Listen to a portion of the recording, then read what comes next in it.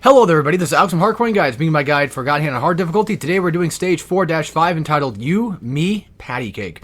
This is a pretty fun level because I did figure out a way to use some things to my advantage, and I will show that off when we get upstairs.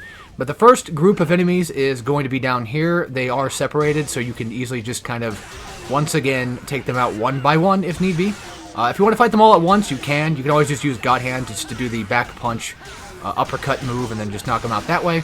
There is an elite over here on the left, so watch out for him if you don't want to take him on specifically. And I think because I went for a taunt, I accidentally taunted both at the same time, so that sucks.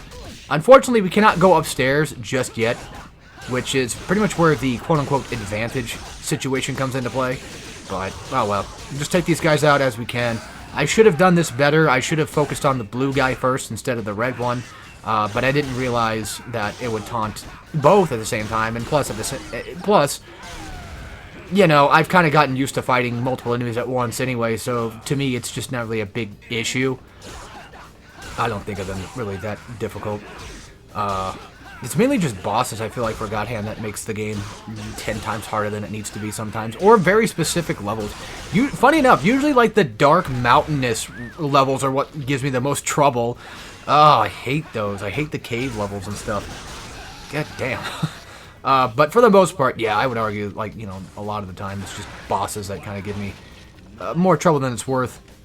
Granted, actually, I think you could probably just turn that on and then run upstairs and then just have the patty cakes used on them too instead, maybe. I should have tried that out, but oh well, either way, we got them cleaned up. They're not that big of a deal. So basically, the advantage I'm going to be using here is these cranes will move toward you. Not the one I'm hitting, but the ones that, you know, like I said, that move toward you. I don't know why I had to specify that. I'm being dumb again. So pretty much, I like to keep at least one of these things alive. One of these cranes that are moving around. And it doesn't really matter which one you keep alive. Just keep at least one of them going. That one over there does not actually have one, which is unfortunate, but still. Just blow this up, and then once you are able to get this thing destroyed, you are able to use this as a safe point. And that's pretty much what I'm going to be doing. And I'm just doing, I guess at that point, I'm just doing extra damage to make sure that, like, once I eventually get around to destroying it, I don't have to take so long to destroy it. But basically what I'm doing is I'm just going to be using it to flatten my enemies and get them killed and save myself the trouble of having to do it, well, of course, myself. Now, again, actually, one thing I recommend is, because we're going to have to go over here and hit this switch, like, you can easily just run to the other side and go back to that safe spot again after you get this switch active.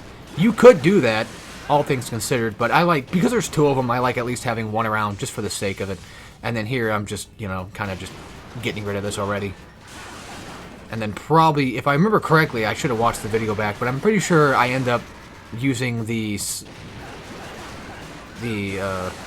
hydraulic press over here. I think I use that as a thing. Still, I think I'm pretty sure I still use that to my advantage here. Oh yeah, I guess I hit both, because was it one of them just doesn't open, or one of them doesn't activate them, I guess? Something like that, maybe? Looks like we're going to Dr. Ion pretty soon, which I could have sworn we've already done that video for him, but I guess not. So yeah, I guess those guys, they tend to kind of just run over there. I got an unfortunate counter kick. Not necessarily that it's bad to have that happen, but it was just unfortunate because I kind of wanted these guys to be in there. But as you can see, when they're coming toward me, I'm just pretty much just pushing them back into the machine, so that way they can just get smashed. And even if there's like one or two, it's still not that big of a deal. These guys are, you know, still relatively pretty much just fodder enemies anyway, at this point. If you got into stage 4, I would assume that at this point in time, for a level like this, it's not that bad. Also, slightly pro tip, there are more enemies in this area, so I would suggest keeping this thing around still, and using that to your advantage to flatten more enemies downstairs. And I guess I seemingly just ended up forgetting that was even a thing, and, well, kind of screwed myself over. So, there's that. I go do the challenge. I don't win the challenge. That's why you don't get to see the challenge, because I didn't win it. And this is just like an unfortunate room to be down in, because you saw right there I got hit. I'm trying to save my God Hand the best I can. But yeah, I just say screw that. We're coming up here. I'm going to be doing the ladder trick once again, knocking them off the ladder, getting that little bit of extra damage going, and pretty much just fighting one at a time. These, I think these are elites, sort of. They seem like the like mid-level elites. Like they're close to being elite, but not as tanky. It's really weird because there's obviously like the tanky version, but still. Yeah, they also blow up too, so that's something you have to deal with. If they're about to blow up, just try to kick them away. Try to do like any sort of knock-up, kick-away move, and there you go. So, take care, everybody.